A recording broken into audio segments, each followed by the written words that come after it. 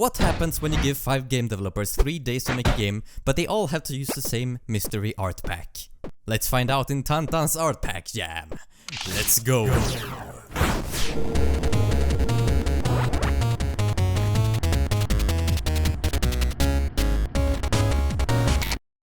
Today I'm joined by Barji, Khud0, Yannick, and Tantan.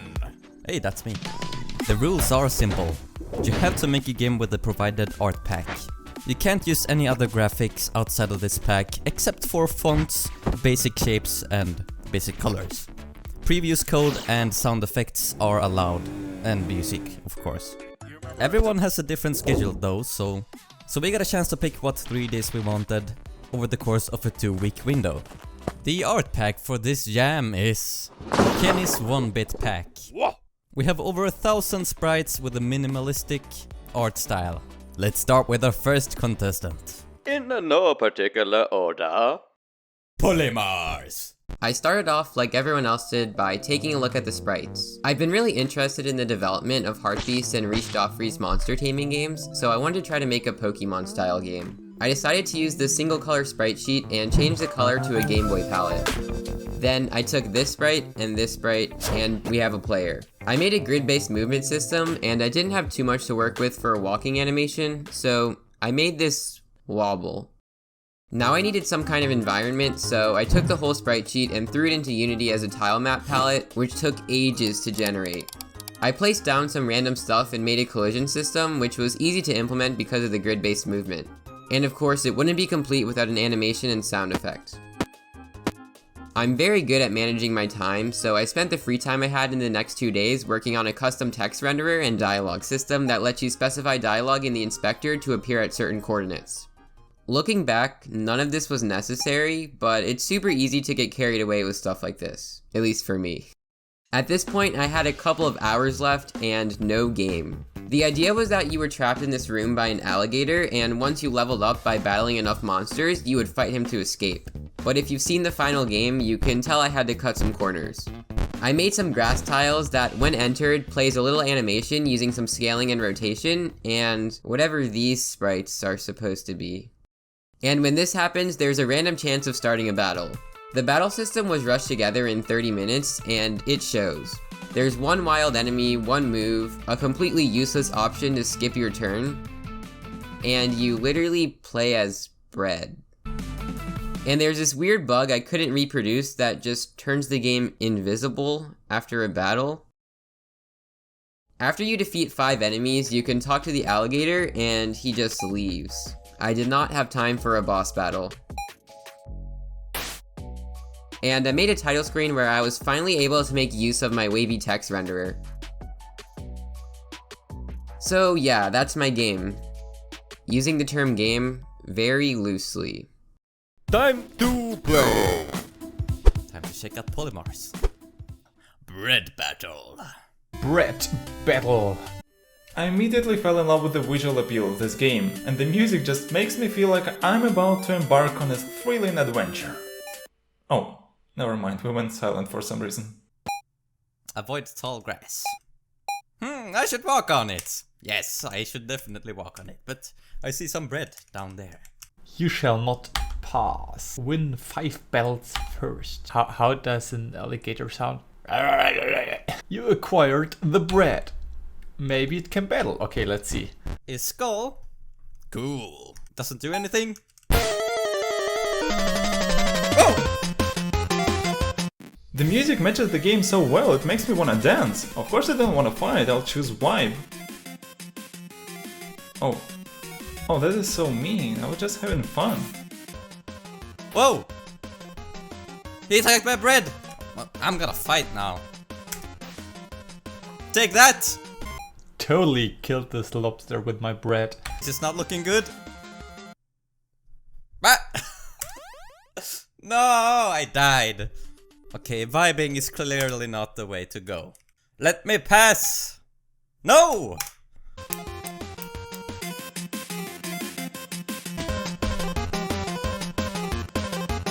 I love the visuals. I mean, gameplay wise, this is not that much. It could probably use some more variety, I guess. But hey, it looks really awesome.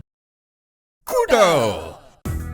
Making art is my #1 problem when it comes to game jams. I tend to waste up to 80% of my time making art assets for the game, and as a result, usually deliver unfinished and unplayable projects. I began working late at night, my neighbors were probably asleep, and my girlfriend was about to go to bed. So I decided to start working on this game jam by recording sound effects. The very next thing I started working on was player movement. The idea was to make the controls feel as good as I could, and then see what obstacles I could try to fit into that context. In the end, since in my game you can only turn your rocket around a limited amount of times, I was able to implement some interesting scenarios. For example, there is a situation in which you need to get to the right side, but you are not allowed to turn right. You can deal with this section by moving up and down. What allowed me to make this game so fast was the approach to graphics. I made a rule tile in Unity so I didn't have to manually place each wall tile. And as far as parallax is concerned, I just used a 3D camera in a 2D environment. And this, my friends, is the end of the tale of how Rocket Roll was born. Time to play! Rocket Roll by Khud0. Let's see what this guy made. Okay, I guess I'm just gonna start and gonna die.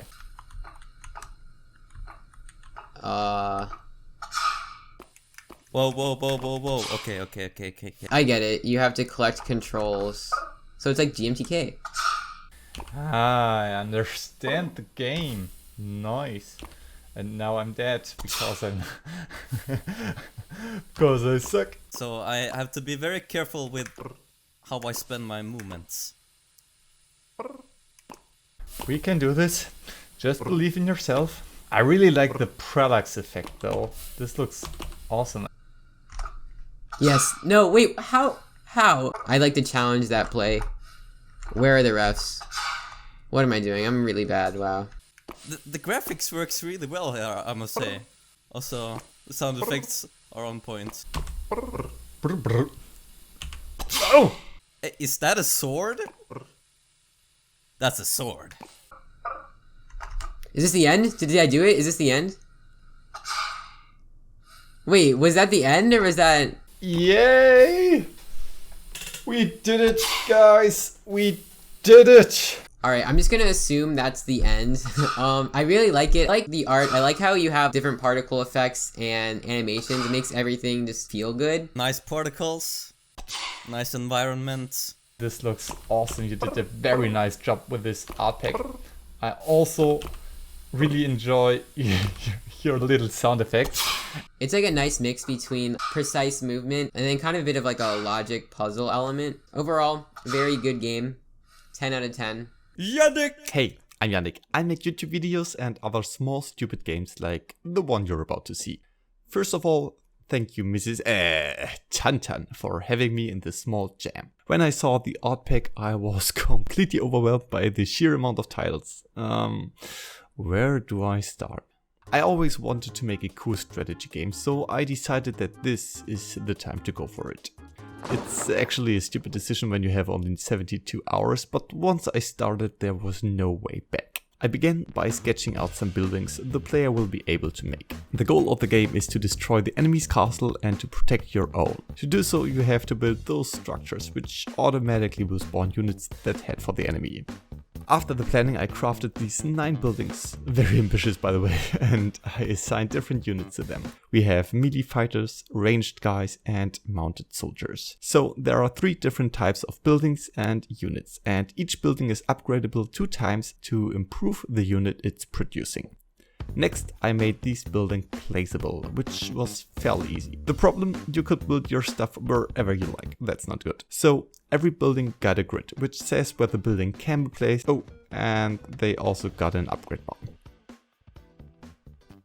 Afterwards, I added the 10th building, this money house, which automatically generates money, so you can buy more stuff. Spawning, moving and fighting was a whole other story, but I slapped together some little animations and the A-star algorithm and my little soldiers were fighting it out. But I still needed to do this for all of my units. This took way too much time, but eventually everything was broken. With a few hours left on the clock, I still needed to implement an AI. With my lack of time, I went for the most simplistic version I could imagine, but it worked and that's all I could hope for. I even managed to create 3 different difficulties and then my time was up. Making a complete strategy game with 11 different structures, 9 different units probably was a little bit too ambitious. That's why I had no time for polishing or sound effects in the end. But I managed to create a complete strategy game with an AI and so I'm still proud. Time to play! Alright, now we have Yannick's, I think, tower defense game. I don't know much about it. I'll probably start on easy because I don't know what I'm doing. Oh, epic music. Here they come. Yes! Hey, he's copying my strategy. Are these generating me money? Oh yeah, I think it automatically does. Okay, upgrade. Boom! Oh, will that spawn new enemies? He has a spear. Does this... the guy has a spear? No! Hey, my people! They're stuck! Maybe a good strategy is to put your money in the front so that they like attack your money stuff instead of attacking, you know, your expensive stuff. Oh, I won? Oh, nice, nice. I'm not really like a true gamer until I beat it on... I'm fascinated by the sheer amount of units on my screen, which for some reason don't make my game lag. It's not looking good. Come on, people, come on. No.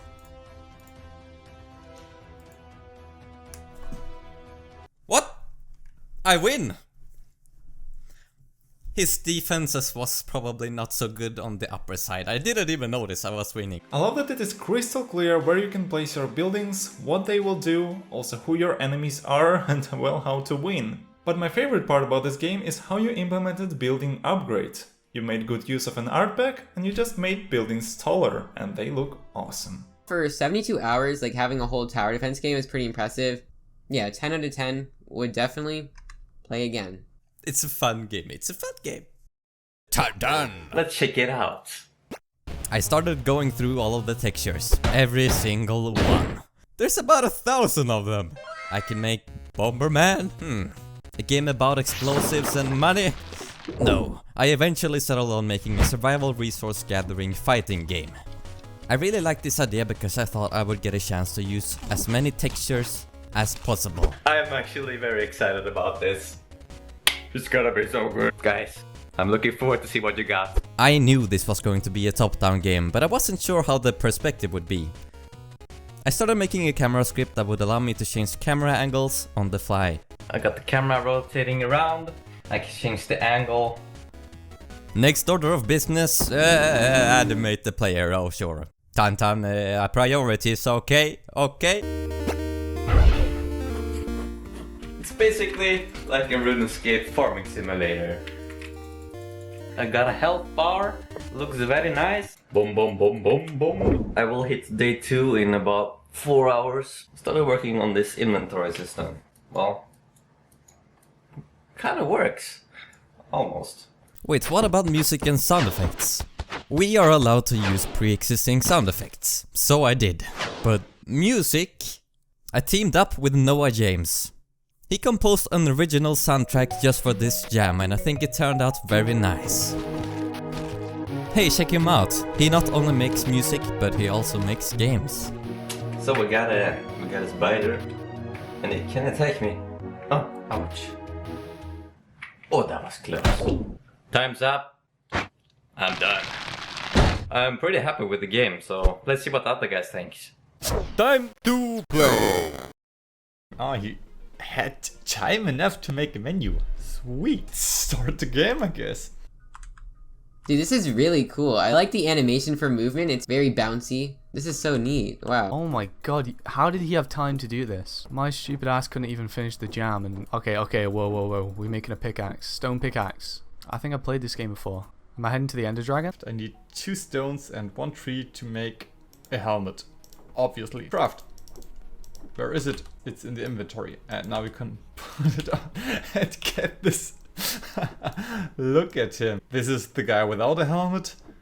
And and for some reason, taking on a helmet changes the size of your body. I can see that Tantan made use of his own rules, because this tree is certainly not one sprite, it is two sprites on top of each other. Am I supposed to hurt these animals? Oh no. Oh gosh. It's brutal. Oh, so it kind of backs away from you. Oh, and I have a new recipe. What are those for? Ooh, a tiny bow. Okay, so each animal you kill gives you a certain weapon, I think? What was the recipe? A wooden spear! I'm getting killed! Yo, this is awesome. The artwork is... definitely fits this too. Okay, this is really fun. How long oh, this must have took him so long. The enemies are getting more and more. What the freaking... Okay, I survived for 153 seconds. I guess the goal of the game is to survive as long as possible. I have no idea how did Tantan manage to make inventory and crafting system in such a short amount of time, but what amazes me even more is his genius idea to change the character's appearance when you wear a new item. After that, and let's put it in our... Once again, shirt of success. Yeah, that's definitely what I need. Let's see. Oh yeah, this shirt of success totally transformed me into a warrior. That's just what I wanted. Wait, this guy. Ooh, it's a scorpion.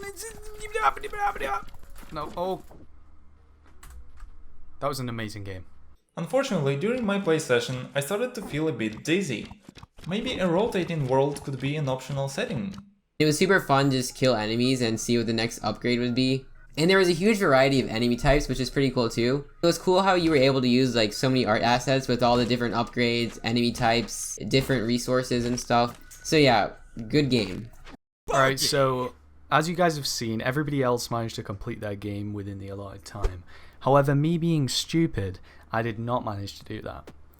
And the reason for that is probably poor time management, and when you're doing a game jam, that's something you really need to keep track of, time. At least for me, with this game jam, I had so much stuff going on, I wasn't prepared for it, and I probably shouldn't have entered to begin with. However, at the time I didn't know how much stuff I would be doing, and ultimately I had too much on my plate at once. So if you are going to do a game jam, make sure you're committed to it, because if you want to make something amazing, you really need to put your full attention into it and create that. And as you can see, a lot of these guys have made awesome games out of what was the art pack. I'll send Tantan some clips to put in his video of my game before it was completed, and you guys can have a look. Basically, it was about a duck who could hit stuff with a baseball bat, and I would have liked to complete it, but unfortunately, you know, not everything goes right in this world, so yeah. Regardless, next time this happens, I will be ready, and I'm ready to jam. Hey guys, thank you for watching. Don't forget to smash the like button, subscribe, and check out the participants of this game jam, link down below, and I'll send you guys off with a little bit of a rap. It is time for a game jam, hosted by Tantan. Maybe we can have some fun, everyone. There's no team, no worry for your simple times. Jamming in the basement, making time for like a dance, yo. Let's take a moment, give a credit where it's due. This idea, link up for me. It came from another dude, his name is Mrs. How many Isis was that?